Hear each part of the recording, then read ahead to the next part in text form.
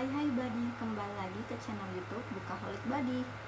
Kali ini aku mau bikin book tag lagi, yaitu behind the scene book tag.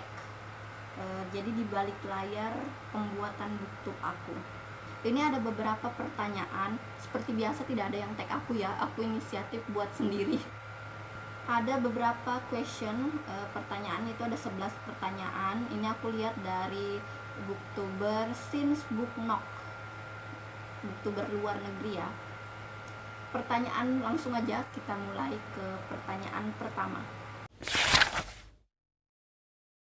Ketika merekam sebuah video, apakah kamu membaca sebuah skrip yang sudah dipersiapkan atau kamu mengambil kayak catatan atau membuat outline gitu, atau cuma langsung speak extemporaneously, itu kayak secara spontan ya. Kalau kalian nonton booktube newbie aku, awalnya aku bilang aku pengen buat skrip karena aku orangnya tidak, bahasanya biasanya tidak tertata kalau nggak buat skrip terlebih dahulu. Ternyata di kenyataannya, pada prakteknya, aku baru sadar belum pasang mic. Ya Allah, mudahan kedengaran ya suara sebelumnya. Soalnya kalau mau ngulang malas lagi guys, tunggu aku periksa dulu, jangan-jangan nggak kecolok kan. Ternyata pada prakteknya aku malah lebih seringnya ngomong, nge-review atau membuat tapping tentang film itu secara spontan. Jadi aku nggak pernah, sejauh ini nggak pernah buat skrip. Kalau kayak mau review gitu, biasanya aku ingat-ingat aja dulu apa hal-hal yang aku dapatkan dari bukunya, informasinya. Terus biasanya aku, untuk menghindari lupa, setelah aku baca aku akan cepat-cepat buat reviewnya karena aku orangnya pikunan banget. Jadi sejauh ini aku rasa aku nggak pernah buat skrip. Kalau kayak notes kecil gitu, catatan kecil, terkadang aku buat sebelum kayak mereview buku. Terus kayak aku buat catatan apa aja yang akan aku bahas, misalnya dari covernya, kekurangannya, kelebihannya, itu aku catat detail-detail kecilnya. Tapi kalau kayak skrip panjang, kayak sesuai dengan booktube newbie tag, aku bilang aku bakal bikin skrip lengkap gitu, ternyata pada prakteknya aku nggak bikin skrip lengkap, lebih seringnya secara spontan aja ngomongnya. Dan makin lama, menurut aku, kebiasaan aku belibet ngomong itu makin berkurang setelah aku buka YouTube channel ini. Jadi YouTube channel ini sangat berguna untuk meningkatkan public speaking. Jadi sebenarnya kan niat awal aku buat booktube itu selain untuk menyalurkan pemikiran aku tentang hobi aku membaca, juga untuk meningkatkan public speaking biar ngomongnya nggak belibet. Dan menurut aku setelah membuat ini selama 3 bulan, booktube ini ya ada peningkatan lah di cara berbicara aku. Dan pertanyaan kedua yaitu, sebelum ngepost apakah kamu kayak ngedit dulu, kayak ngapus yang salah pengucapan, terus apakah kamu menghilangkan hal-hal yang kayak di luar topik atau komen-komenmu yang mungkin aja disalahpahami oleh viewers gitu ya, oleh penonton. Iya, jawabannya iya, aku editing. Soalnya aku kadang kalau udah yapping udah ngoceh gitu, nggak sadar kalau aku udah masuk area spoiler gitu. Jadi kalau kalian merasa aku agak spoiler, mending percepat aja video aku, karena sebenarnya aku tuh udah berusaha untuk menghindari spoiler, tapi karena keasikan ngomong jadi nggak sadar.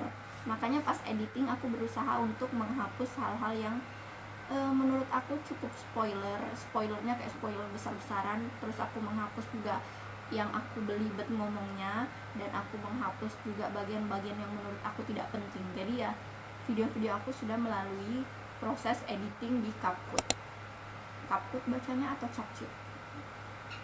Pertanyaan ketiga,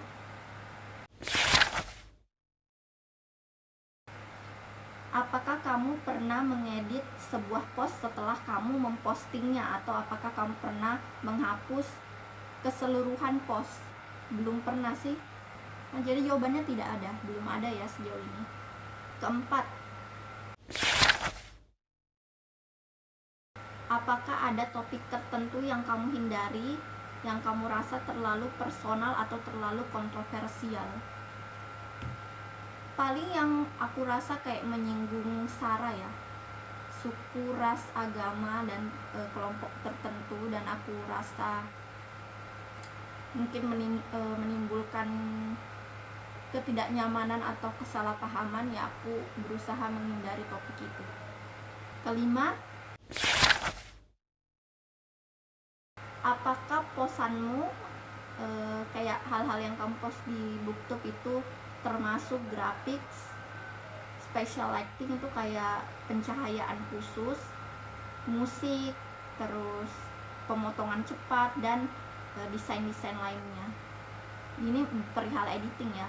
Iya, aku include graphics kadang-kadang, terus pakai lighting juga, aku pakai light kering yang ada cahayanya. Terus kalau kayak aku rasa gelap, kayak sekarang ini menurut aku cukup gelap, kayaknya mau hujan, jadi aku nyalakan lampu kamar juga, jadi ada special lightingnya. Sebelumnya di video-video awal itu yang kayak bukti newbie tech, dan pokoknya video-video awal aku yang 3 bulan pertama itu, aku masih pakai tripod yang belum ada lightingnya. Terus karena aku rasa kalau keadaan lagi gelap tripodnya nggak mendukung pencahayaan, jadi aku beli tripod yang ada lightingnya. Apakah ada fast foodnya, ada musik, kadang-kadang ada musik, kadang-kadang enggak. Kalau kayak sekarang ini aku nggak kasih musik. Terus pemotongan cepat ya, kadang aku percepat videonya ya, jadi ada editing tertentu yang aku masukkan di dalam video. Pertanyaan keenam, apakah kamu punya target number, kayak target tertentu di setiap posan? Nggak ada sih target tertentu, tapi aku akan sangat bersyukur kalau ada banyak orang yang nonton video aku, banyak orang yang like, banyak orang yang komen. Aku senang kalau ada yang mau interaksi dengan aku. Jadi kalau kalian pengen komen apapun itu silahkan di kolom komentar, aku akan berusaha sebisa mungkin untuk menjawab.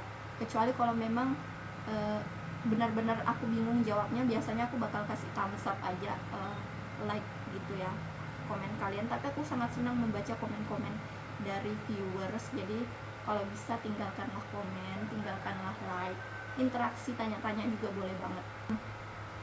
7,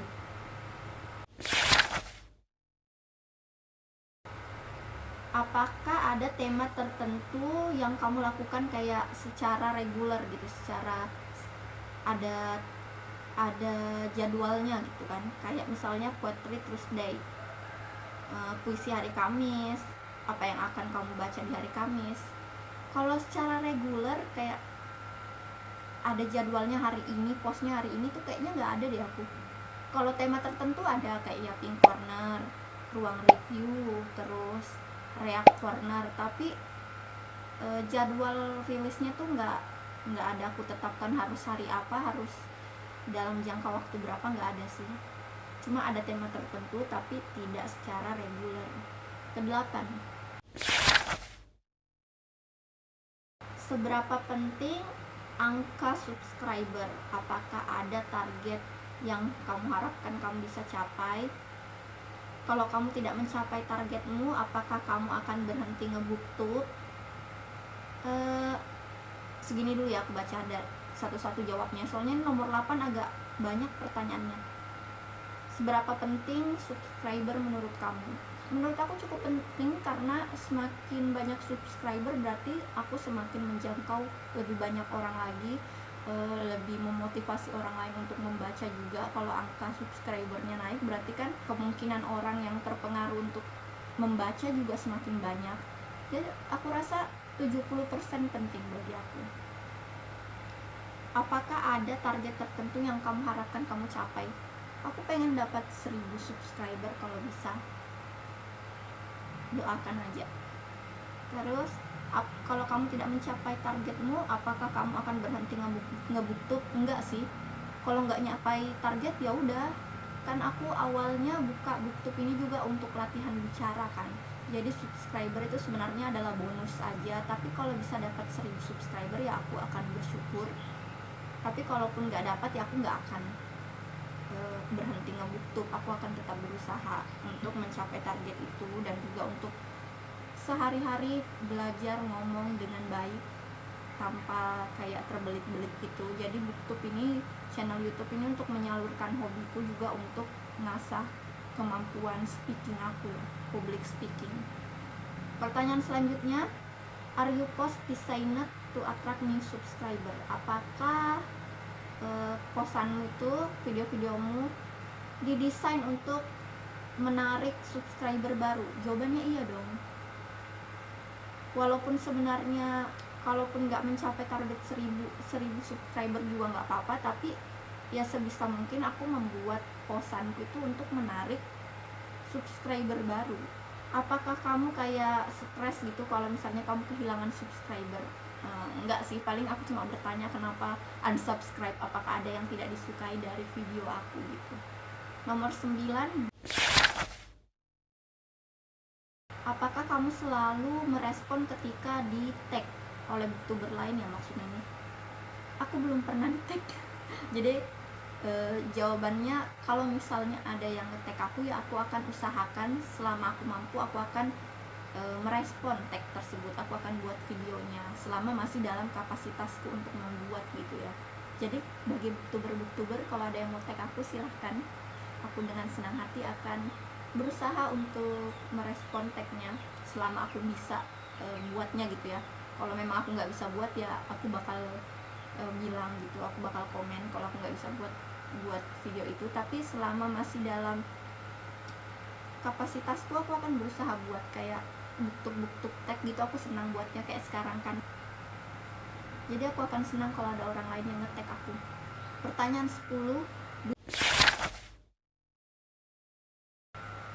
apakah kamu kayak merespon komentar viewers, dan apakah kamu memberikan jawaban panjang atau cuma thumbs up, jempol gitu ya?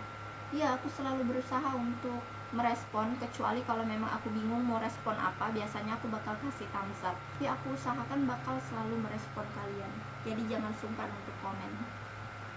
Pertanyaan terakhir atau yang ke-11, apakah kamu pernah memblokir seseorang dari melihat atau berkomentar di postmu, di videomu ya? Sejauh ini belum ada sih orang yang aku blokir, dan semoga aja kedepannya nggak akan ada orang yang aku blokir. Kalau sampai ada orang yang aku blokir, berarti orang itu memang annoying banget ya, berarti ya nggak ada sejauh ini. Oke, jadi itu 11 pertanyaan tentang behind the scene BookTag. Kira-kira adakah lagi yang kalian penasaran tentang behind the scene BookTube aku yang ternyata belum masuk dalam pertanyaan 11 pertanyaan ini? Bisa tinggalkan di kolom komentar. Selama menurut aku belum terlalu personal pertanyaannya, aku akan berusaha jawab yang berkaitan dengan BookTube. Tapi ya, kalau kalian suka dengan video ini, jangan lupa komen, like, dan subscribe. Sampai jumpa di next video.